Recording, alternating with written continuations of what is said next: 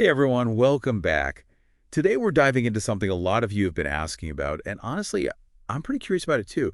What does it actually take to become a sustainability manager? Yeah, it's a pretty hot topic right now. Definitely.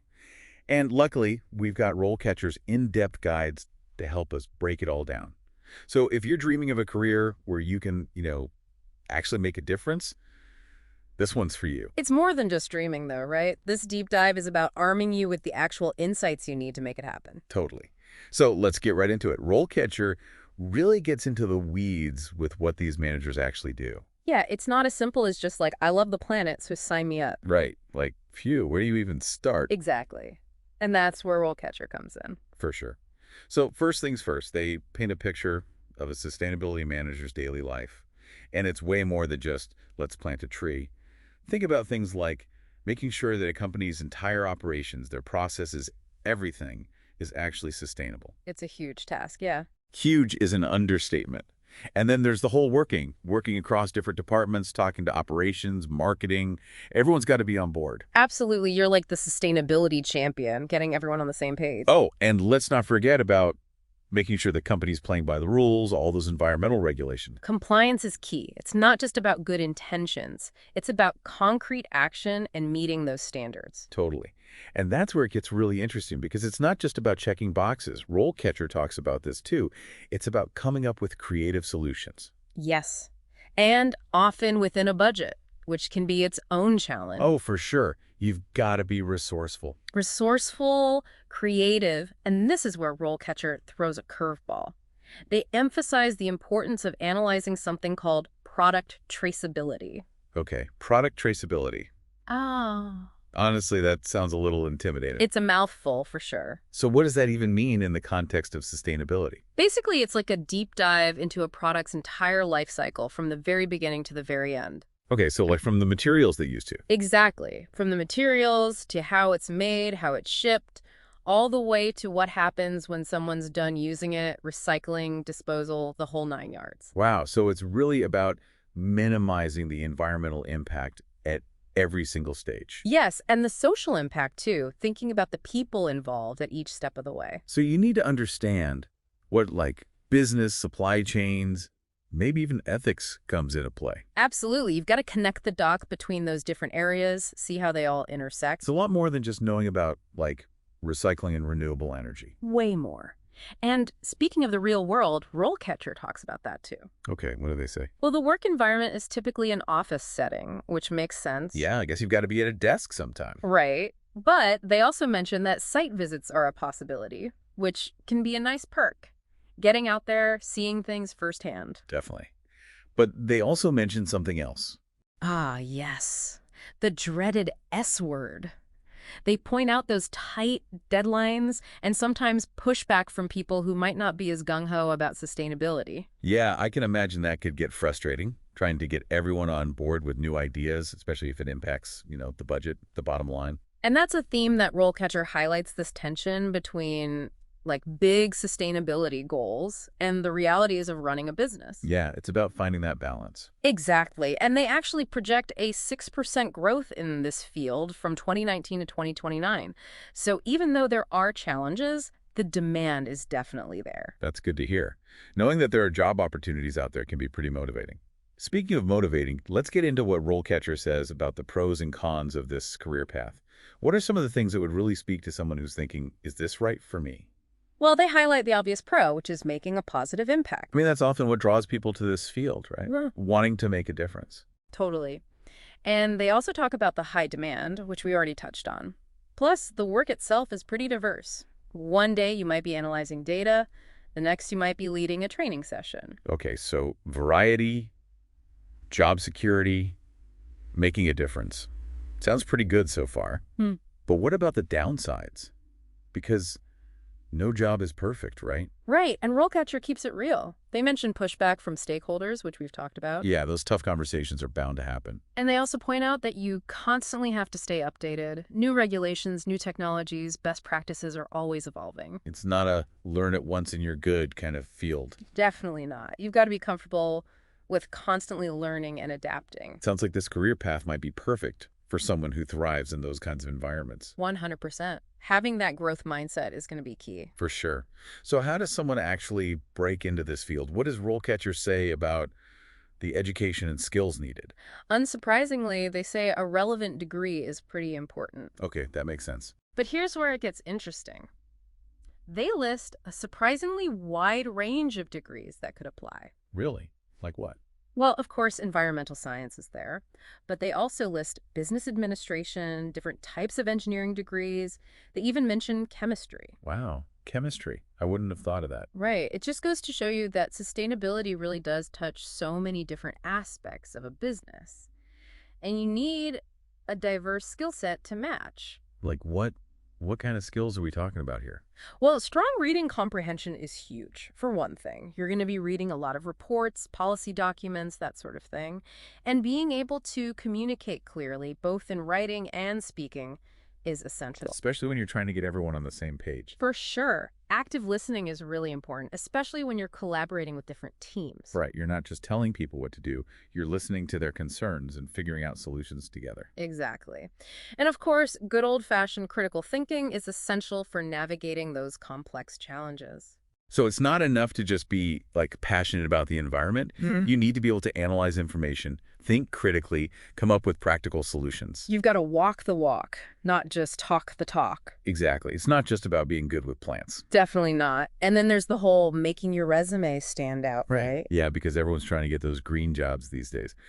So beyond the degree, what else does RoleCatcher say can make someone stand out to potential employers? Certifications, that's a big one. Okay, yeah, those always look good on a resume. What kind are we talking about here? Well, RoleCatcher highlights a few key ones. LE certification is huge. LED. Okay, I've heard that one thrown around, but honestly, I'm not entirely sure what it means. So LED stands for Leadership in Energy and Environmental Design. Okay, that makes sense. And it basically focuses on green building practices. So think about sustainable architecture, construction, making sure buildings are designed with the environment in mind. Oh, wow, that's really interesting. So if someone sees themselves working on those kinds of projects, that certification would be huge. Absolutely. It's a great way to show you've got the knowledge and skills to back up your passion for sustainability, specifically in that area. Got it. So it's about specializing. Find your niche and then get certified in that area. What about IS 14001? That's another one I see a lot, but I'm not really sure what it's all about. So ISO 14001 is all about environmental management systems. Okay, that sounds a little intimidating. Basically, it's a framework for how a company can manage its environmental impact. So like reducing their footprint, making sure they're following all the rules and regulations? Exactly. It's about creating a more sustainable and responsible way of doing business. Okay, so having that certification shows that you understand those systems and can help a company implement them. Got it. Now, what about GRI? I have to admit, I haven't even heard of that one before. GRI stands for Global Reporting Initiative, and it's all about transparency. Oh, interesting. Transparency is becoming more and more important these days. For sure. And GRI provides a framework for how companies measure, track, and report on their sustainability performance. So it's like they can say, look, we're doing all these great things for the environment, but GRI helps them actually prove it. Exactly. It's about accountability and making sure companies are walking the walk, not just talking the talk. That's huge. Consumers are getting savvier about greenwashing, so having that certification would be a major asset for anyone looking to work in this field. 100%. It shows a commitment to transparency and ethical practices, which is what it's all about. Totally. Now, what about those who are maybe just starting out? Maybe they're fresh out of college, or maybe they don't have the time or resources for a certification program just yet. RoleCatcher talks about that too. Oh, good. Because I was wondering about that. Like, what can you do to beef up your resume when you're just starting out? Well, they're big advocates for building a portfolio. A portfolio, okay. Like, what kind of stuff would you even put in a sustainability portfolio? It's not just about having a list of environmental documentaries you love. Right, although I do love a good environmental documentary. Who doesn't? But when it comes to building a portfolio, think about projects. It could be anything from school projects, volunteer work, even personal projects that show your passion for sustainability. Oh, I love that. So if you spearheaded a recycling initiative on your college campus, or maybe you started a blog about sustainable living, Those are all things you could include. Exactly. It's about demonstrating that initiative and commitment, even in those smaller everyday actions. It's about showing that you're not just talking the talk, you're walking the walk. 100%. Okay, so we've got the certifications, the portfolio. What about networking? That's always a big one, no matter what field you're in. Absolutely. Networking is huge in sustainability. Makes sense, right? It's all about collaboration and sharing ideas. Exactly. And RoleCatcher recommends attending sustainability-focused events and conferences. That's a great way to meet people in the field, learn about new trends, and just kind of immerse yourself in that world. Totally. And don't underestimate the power of online communities either. Oh, yeah, like LinkedIn groups and those sustainability Twitter chats. Exactly. It's all about connecting with like-minded people, learning from those who are already doing the work, and building those relationships. Because you never know where those connections might lead. Okay, so we've talked about building your resume, education, certifications, portfolio, networking. But what about the actual career path? Where does someone even begin in this field? And what does a typical trajectory look like? RoleCatcher actually breaks it down pretty well. They talk about those entry-level roles like a sustainability assistant or Right, coordinator. those are great stepping stones. What kind of stuff would you be doing at that level? As an assistant, you'd be doing a lot of supporting the team. Think data collection, helping to analyze data, providing support on various sustainability projects. So it's a lot of learning the ropes, getting that hands-on experience. Exactly. It's about understanding how sustainability functions within an organization, building those relationships, and proving yourself as a valuable member of the team. Okay, so once you've got some experience under your belt, what comes next? Is that when you move into more of a coordinator role? Exactly. That's often the natural progression. As a coordinator, you might find yourself coordinating specific parts of those sustainability plans, making sure the company is in compliance with regulations, maybe even getting involved in training or onboarding new team members. So, more responsibility, more decision-making, more leadership opportunities. Absolutely. It's about taking on those bigger challenges and showing that you can handle them. I like it. And then from there, it sounds like those specialist roles might come into play. Exactly. Once you've got a few years of experience under your belt and you've really honed in on your particular area of interest, that's when those specialist roles become a real possibility. And that's where you get to really dive deep into your niche, become the go-to expert in, say, renewable energy or sustainable sourcing or whatever you're most passionate about. 100%. And with a proven track record of success, you might even find yourself on track to becoming a sustainability manager, leading the charge for an entire organization. Okay, that's a career trajectory that sounds both challenging and incredibly rewarding. But let's be real, even with the best education, the perfect resume, a passion for the planet, the job search itself can be its own beast. It can be brutal. So does RoleCatcher have any advice for actually navigating that process? They do, and one of their biggest tips is to really understand the company's sustainability goals before you even apply. That makes sense. You've got to tailor your application to the specific company and what they're looking for. Exactly. It's not enough to just say, I'm passionate about the environment, hire me. You have to show them that your passion aligns with their specific mission. So do your research. Dig into their sustainability reports, figure out what their pain points are, what their goals are. Exactly. And then when you're in the interview, you can speak to those points. You can say, I saw that you're working on X, and here's how my experience with Y could help you achieve that. It's about showing them that you've done your homework and that you're not just looking for any sustainability job, you're looking for their sustainability job. Got it. Okay, that's huge. So we've got tailoring your resume, showing them you understand their goals.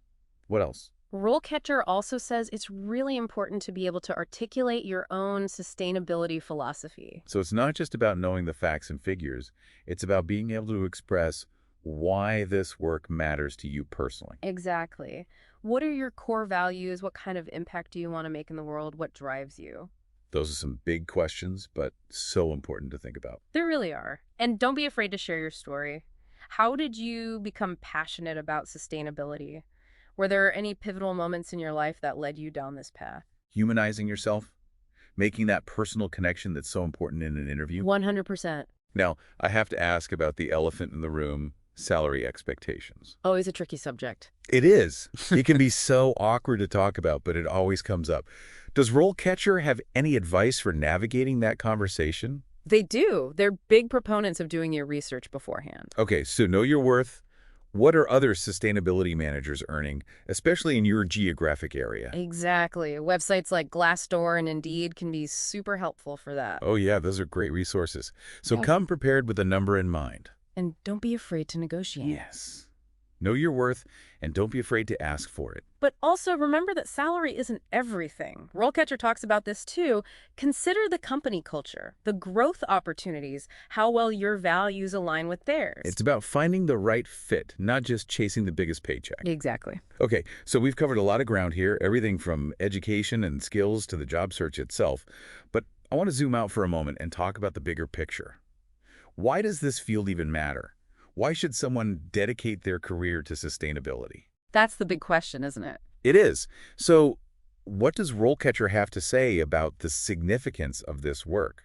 They're very clear on this point. Sustainability managers are crucial, now more than ever. Especially with climate change and all the other environmental challenges we're facing? Exactly. And businesses played a huge role in addressing those challenges. They're major consumers of resources, emitters of greenhouse gases. And they have a huge influence on consumer behavior. Exactly. So sustainability managers are really on the front lines of creating the change we need to see in the world. They're the ones pushing for more sustainable practices within those large organizations, advocating for innovative solutions. And holding companies accountable for their environmental and social impact. It's a huge responsibility. It is. But it's also an incredible opportunity to be a part of something bigger than yourself. Couldn't have said it better myself. It's true, though, when you think about sustainability. I don't know why, but like the first thing that pops into my head isn't always people. It's like, oh, trees, rainforests, solar panels, all that good Yeah. stuff. Right. But it is about people, right? Yeah, for sure. It's about everyone. It's all connected. The social stuff, the environment, the economy. You can't just focus on one without the others. And RoleCatcher mentions this too, which I thought was interesting down. Companies are realizing this more and more, that connection. They want sustainability managers who get that bigger picture. It's like they're not just looking for someone who can, like, calculate carbon footprints. They want someone who understands how all the pieces fit together. Exactly. You've got to connect the dots. Like, how do ethical sourcing practices actually lead to a more equitable supply chain, especially for the people at the very beginning of that chain? It's about having that empathy, that understanding of how our choices impact real people's lives. Yes, 100%. It's about being a systems thinker, seeing those connections, and understanding how one decision can have a ripple effect across, well, everything. And not being afraid to challenge the way things have always been done. Yeah. Right? Because sustainability isn't about maintaining the status quo. Oh, absolutely not. It's about fundamentally changing the way we do things. It's about being a change maker. Yes. And honestly, for those who are up for that challenge, who get excited about pushing boundaries and making a real difference, there's no better time to be entering this field. It's such a crucial moment, and the work that sustainability managers are doing is only going to become more important in the coming years. 100%. This isn't just a trend. It's the future of how we do business, how we live our lives. So for our listeners who are feeling that spark, who are ready to dive headfirst into the world of sustainability, what final words of advice would you give them? What are the big takeaways from our deep dive with RoleCatcher's insights? I think the biggest takeaway is this: don't wait for permission to make a difference. If you're passionate about sustainability, go for it. This field needs passionate people who are ready to roll up their sleeves and get to work. It's not just a job, it's a calling. Yes. And it's okay if you don't have all the answers right now. Just be a lifelong learner. Surround yourself with people who challenge you and inspire you. Yeah. Find your people. Yes. Find your people, because you can't do this alone. Collaboration is key, especially in this field. 100%. And lastly, don't underestimate the power of your own voice. Speak up, share your ideas, and advocate for the changes you want to see. Because even small actions, those everyday choices we make, they can have a ripple effect. Exactly. And that's the beauty of sustainability. It's not just about what you do, it's about the impact you have on the world around you. I love that. What a great note to end on. Thank you so much for joining us on this deep dive into the world of sustainability managers. This has been, I don't know, it's been really eye-opening for me. It's been a pleasure diving in with you. And to everyone listening, thank you for joining us on the deep dive. We'll be back soon with another episode exploring a new career path. Okay. Until then, keep learning, keep growing, and keep diving deep.